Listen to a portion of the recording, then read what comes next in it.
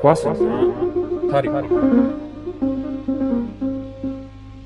በሚለብሱት መለያ ቀይ ሰይጣኖቹ የሚል ቅጽል መጠሪያ አላቸው። ለ20 ጊዜ የሊጉን ዋንጫ አንስተዋል።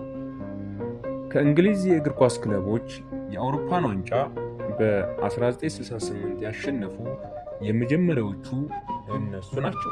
እንዲሁም የዓለም የክለቦችን ዋንጫ በ2008 በማንሳት ከእንግሊዝ ቀዳሚ ናቸው። በማንቸስተር ከተማ የሚገኙት ማንቸስተር ዩናይትድ። ኳስና ታሪክ። ውድ የቻናላችን ቤተሰቦች ቻናሉን ላይክ፣ ሰብስክራይብ እንዲሁም ሼር እያደረጋችሁ አብሮነታችሁን ብታሳዩን ያበረታል። ማንቸስተር ዩናይትድ የተጀመረው በ1878 ኒውተን ሄይዝ እግር ኳስ ክለብ በሚል በባቡር ሰራተኞች ነበር የተቋቋመው። በ1992 ፉትቦል ሊግስን ተቀላቀለ። በ1902 ማንቸስተር ዩናይትድ የሚለውን መጠሪያ ስያሜው አደረገ። በዚህ ጊዜ የሀገር ውስጥ ነጋዴዎች በጆን ሄነሪ መሪነት ክለቡን ከፋይናንሻል ውድመት ለመታደግ ኢንቨስት አድርገዋል።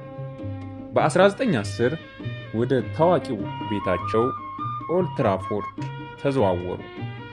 የክለቡ የመጀመሪያ ሊግ ሻምፒዮና የተረጋገጠው በ1908 ከ6 ዓመታት በኋላ የኒውተን ሄይዝ የሊግ ተሳታፊዎች በ1902 ወደ ማንቸስተር ዩናይትድ ከተቀየረ በኋላ ነበር።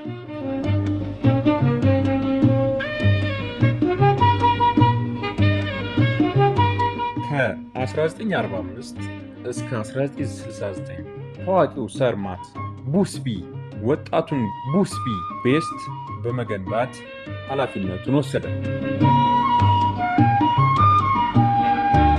በ1958 አውዳሚው የሙኒክ አየር አደጋ የ8 ተጫዋቾችን እና የሌሎች ሰዎችን ሕይወት ቀጥፏል። ይህ ከባድ አሳዛኝ ክስተት ለማንቸስተር የምንጊዜም የአእምሮ ጠባሳ ነው። እንዲህ ነበር አደጋው የተከሰተው። የካቲት 6 1958 የብሪቲሽ አየር መንገድ በረራ ቁጥር 609 የሆነ አውሮፕላን በሙኒክ ምዕራብ ጀርመን በሪም አውሮፕላን ማረፊያ ለመብረር እየተዘጋጀ ነው። የማንቸስተር ዩናይትድ ተጫዋቾች የቤልግሬድን ዩጎዝላቪያ የአሁኗ ሰርቢያ ክለብ የሆነውን ሬድ ስታር ቤልግሬድን በማሸነፍ ለአውሮፓ ዋንጫ ግማሽ ፍጻሜ አልፈዋል። ማንቸስተራውያንም በደስታ ወደ አገራቸው ለመመለስ ከቤልግሬድ ወደ ማንቸስተር በረራ ተጀመረ። በመሃል በረራው ተቋረጠ። ምክንያቱ ደግሞ ነዳጅ ለመሙላት ነበር። አውሮፕላኑ ነዳጅ ለመሙላት በጀርመኗ ከተማ ሙኒክ ላይ አረፈ። በቂውን ነዳጅ ሞላ። ነዳጅ ከሞላ በኋላ ለመብረር 2 ጊዜ ሞከረ፣ አልተሳካለትም ነበር። ግን ለ3ኛ ጊዜ ሲሞክር አካባቢው በረዶ ሰርቶ ስለነበር አውሮፕላኑ መንሸራተት ጀመረ።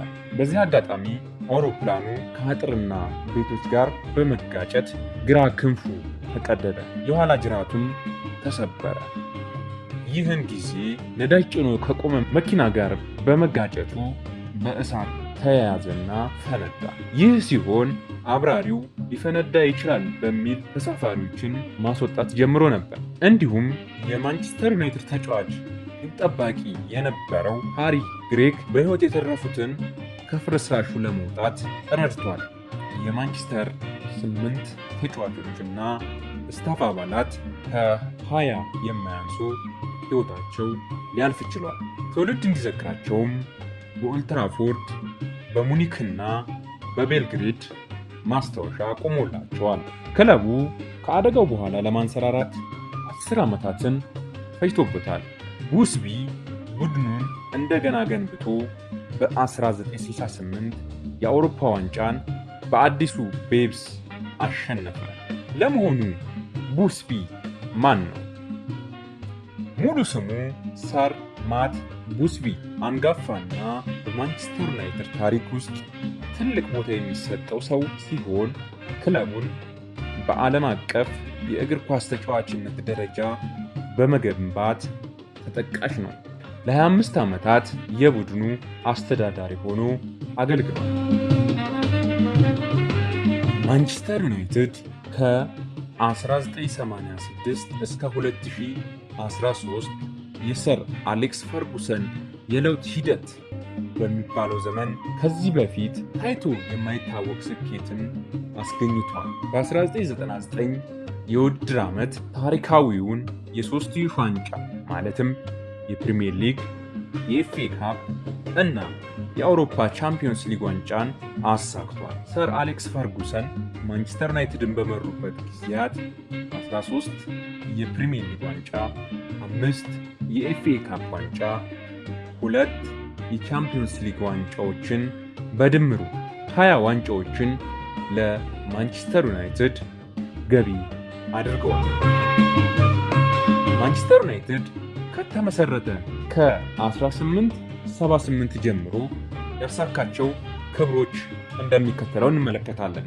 20 የመጀመሪያ ዲቪዚዮንና የፕሪሚየር ሊግ ዋንጫ፣ 13 የኤፍኤ ካፕ ዋንጫ፣ 6 የሊግ ዋንጫ፣ 21 የኮሚኒቲ ሺልድ ዋንጫ፣ 2 የሁለተኛ ዲቪዚዮን ዋንጫ፣ 3 የቻምፒዮንስ ሊግ ዋንጫ እንዲሁም የኢሮፓ ሊግ፣ የአውሮፓ አሸናፊዎች አሸናፊ ዋንጫ፣ ሱፐር ካፕ፣ የዓለም ክለቦች ዋንጫ እና የኢንተርናሽናል ዋንጫን አንድ ጊዜ ማሸነፍ ችሏል። በዘንድሮ በ2025-26 የውድድር ዓመት በሊጉ ሰንጠረዥ በ26 ነጥብ 7ኛ ደረጃ ላይ የተቀመጠ ሲሆን 17 ጨዋታዎችን አድርጎ 31 ጎሎችን ሲያስቆጥር 28 ጎሎች ደግሞ ተቆጥረውበታል። ባደረጋቸው 17 ጨዋታዎች 194 የጎል ሙከራ ያደረገ ሲሆን 97ቱ ኢላማቸውን የጠበቁ ነበሩ። እንዲሁም ካገኛቸው 4 የፍጹም ቅጣት ምቶች ማስቆጠር የቻለው 2ቱን ብቻ ሲሆን 24 የማንቸስተር ዩናይትድ ተጫዋቾች ቢጫ ካርድ ሲመለከቱ አንድ ተጫዋች ደግሞ በቀይ ካርድ ከሜዳ ሊወጣ ችሏል። በቀሪዎቹ የሊግ ጨዋታዎች ማንቸስተር ዩናይትድ ምን ያሳየን ይሆን የምንመለከተው ይሆናል።